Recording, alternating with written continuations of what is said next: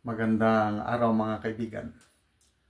Pag-usapan natin ngayon ang napipintong giyera sa ating bansa na nagdadala ng panik, takot sa maraming mamamayang Pilipino.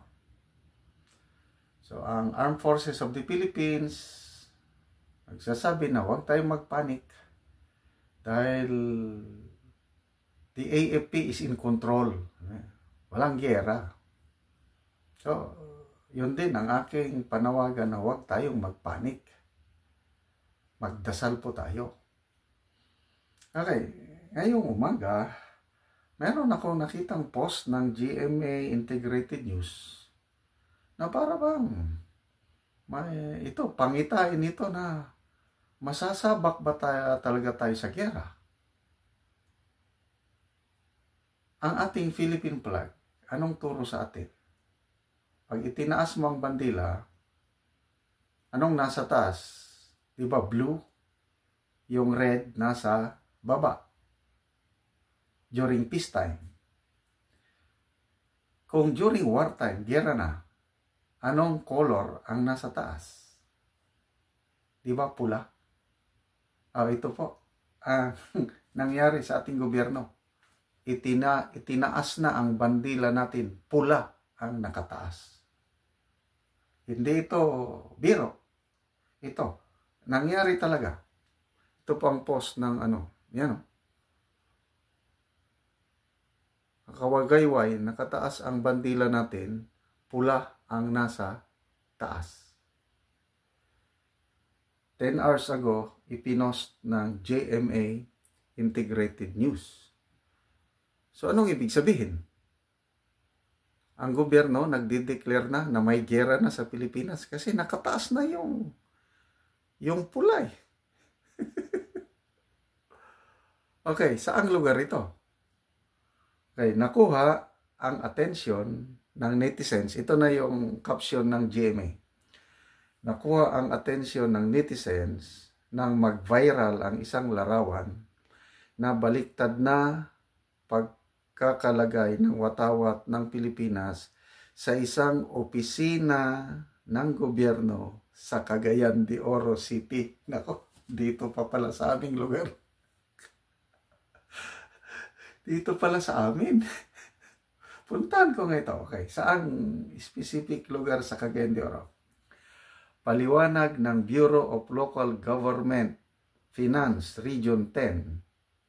Isa itong honest mistake. Hindi umano na malayan ng isang kawani nila na baliktad ang pagkakalagay ng watawat at naayos na rin ito kalaunan ng ahensya. Okay,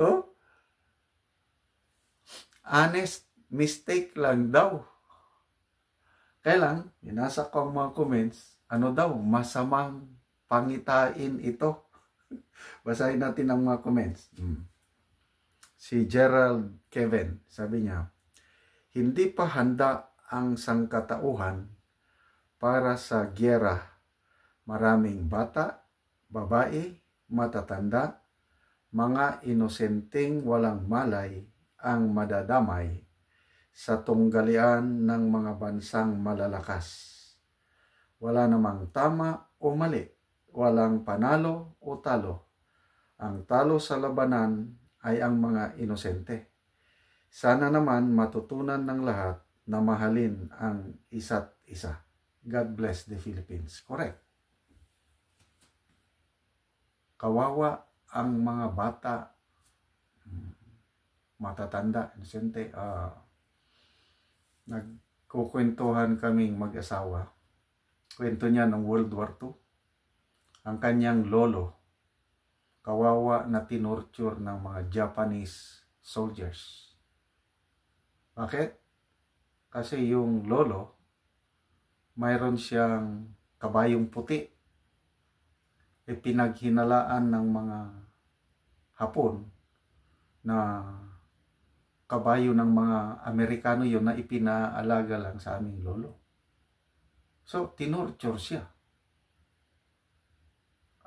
Marami pa akong kwento na narinig noong World War II kung gaano kalupit ang mga Hapon na sumakop sa ating bansa.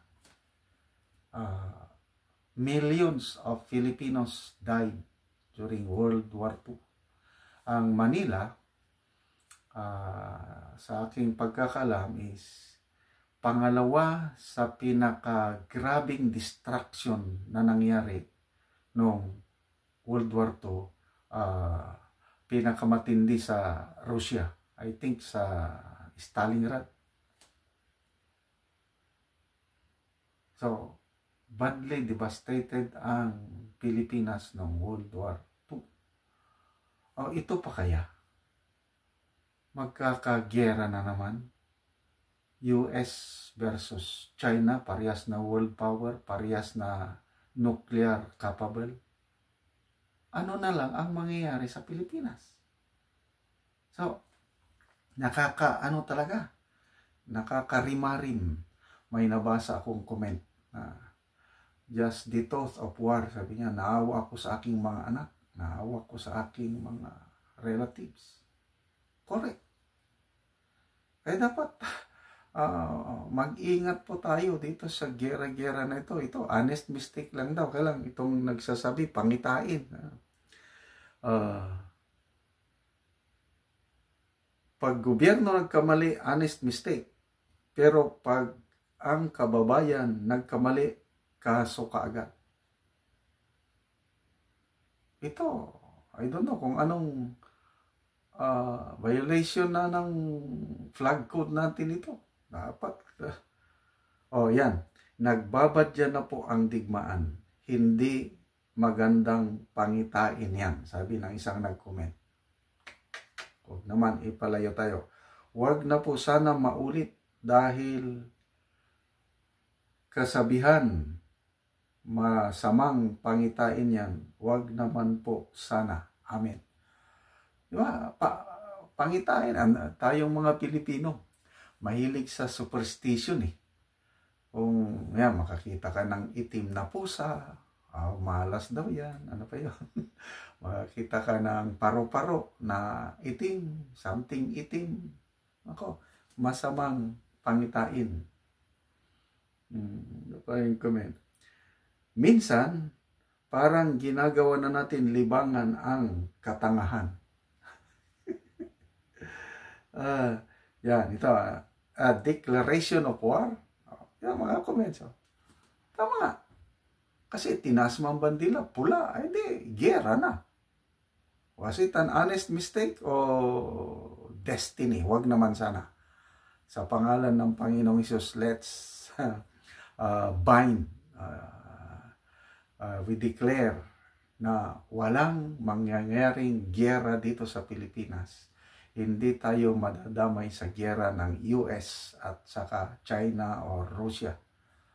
So, yan po. Huwag naman sana. Kung ganun lang rin, magpapanik na naman kami dito, mga taga Palawan. Sadya man o hindi, the person must be made accountable for his action because it is against the law. Correct. Parusahan nyo yan. Gobyerno kayo eh. Tapos ibabaliktad nyo ang bandila. Mayroon na nga nagpapanik dahil dyan na daw yung mga missiles. Balik tayo. Yung missiles ng US na super lakas na missiles ipinasok sa bansa. Gre-reklamo ang China at saka Russia. Ngayon sinabi ipo-pull out. Kailan? September pa daw. Ang tagal pa nun. 2 buwan pa. Paano kung may mangyari within 2 months? Kasi napakalakas ng missiles yun at nagre-reklamo pati na ang Russia. So, yun po ang consequences ng ating presidente, yung kanyang foreign policy na against the Constitution. Ang Constitution natin, nakalagay doon na ang ating independent foreign policy natin should be friends to all and enemy to no one. Bakit ngayon, grabing pagdikit niya alyansa sa Amerika at kinakalaban niya na ang China? Kaya naiipit po tayo. Dapat kaibiganin natin lahat. Ang problema, itong pakikipagkaibigan, yung military alliance. Hindi po problema yung sigalot sa South China Sea or West Philippine Sea, yung mga islands. Hindi yun masyadong problema. Bakit?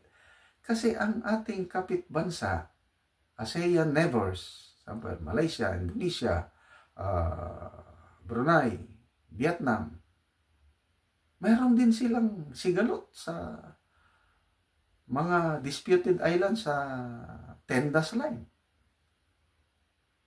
Kaya wala namang tension sa giyera.